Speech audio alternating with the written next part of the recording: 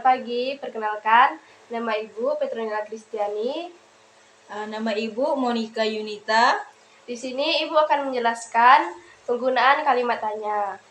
Pertama yaitu apa.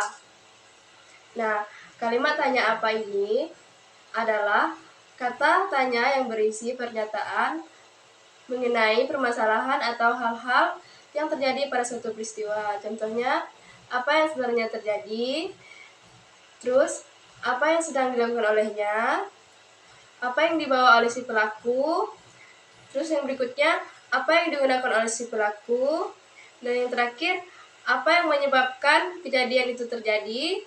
Terus yang kedua ini di mana?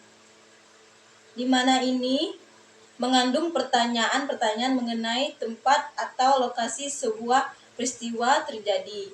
Contohnya itu seperti di mana peristiwa itu terjadi, di mana berita itu dimuat, di mana dia bertemu dengan korbannya, di mana dia menyimpan barangnya, dan yang terakhir tuh di mana dia bersembunyi. Nah, kalimat tanya yang ketiga yaitu kapan.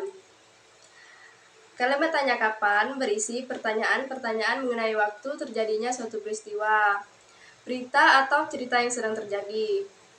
Contohnya seperti kapan peristiwa itu terjadi, kapan dia melakukan perbuatan itu, kapan dia datang ke tempat itu, kapan dia tiba di lokasi kejadian, dan kapan dia bertemu dengan si korban. Nah, yang keempat nih siapa? Kata tanya siapa mengandung pertanyaan-pertanyaan mengenai pelaku atau orang lain dari sebuah peristiwa yang terjadi.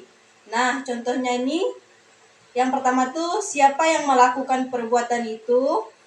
Yang kedua, siapa yang menjadi korban dari perbuatan ini? Yang ketiga, siapa yang merasa dirugikan olehnya? Yang keempat, siapa yang menyuruhnya melakukan perbuatan itu? Nah, yang terakhir tuh siapa yang menemani dia melakukan perbuatan itu? Tanya berikutnya yaitu mengapa. Kata tanya mengapa mengandung pertanyaan-pertanyaan mengenai alasan atau motivasi terjadinya sebuah peristiwa. Contohnya seperti mengapa hal tersebut bisa terjadi. Yang kedua, mengapa dia melakukan hal itu. Yang ketiga, mengapa tidak ada yang mengetahui peristiwa itu. Yang keempat, mengapa dia pergi ke tempat itu. Dan yang terakhir, mengapa hal itu bisa terjadi, pemicu masalah ini. Nah, yang terakhir ini bagaimana? Kata tanya bagaimana berisi pertanyaan-pertanyaan yang mengandung cara atau proses berlangsungnya suatu peristiwa. Contohnya tuh yang pertama, bagaimana peristiwa itu bisa terjadi.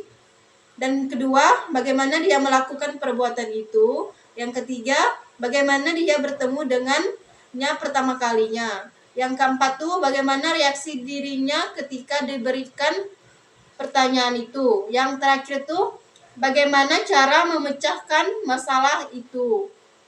Baik anak-anak, sekian penjelasan dari Ibu. Demikian kalimat-kalimat pertanyaan yang sering digunakan untuk menemukan atau mengembangkan pokok-pokok pikiran atau inti dari sebuah peristiwa atau berita.